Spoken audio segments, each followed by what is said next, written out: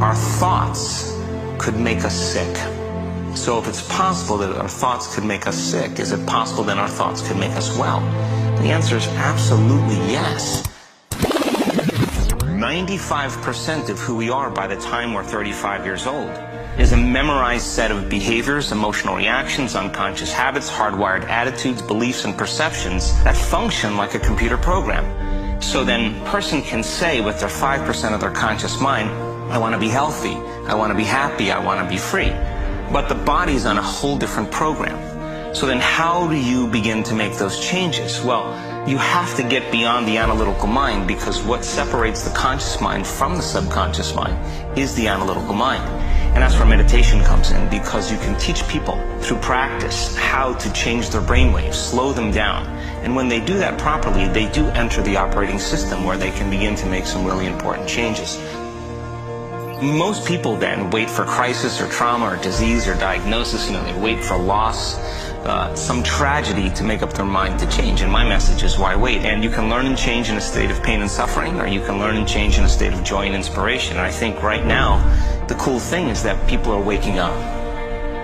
And then I think the hardest part is to teach our body emotionally what the future will feel like ahead of the actual experience. So what does that mean? You can't wait for your success to feel empowered. You can't wait for your wealth to feel abundant. You can't wait for your new relationship to feel love, or your healing to feel whole. I mean, that's the old model of reality, of cause and effect, waiting for something outside of us to change how we feel inside of us. And when we feel better inside of us, we pay attention to whoever or whatever caused it. But what that means then is that most people spend their whole life living in lack, waiting for something to change out there. The moment you start feeling abundant and worthy, you are generating wealth. The moment you're empowered and feel it, you're beginning to step towards your success. The moment you start feeling whole, your healing begins. And when you love yourself and you love all of life, you'll create an equal. And now you're causing an effect.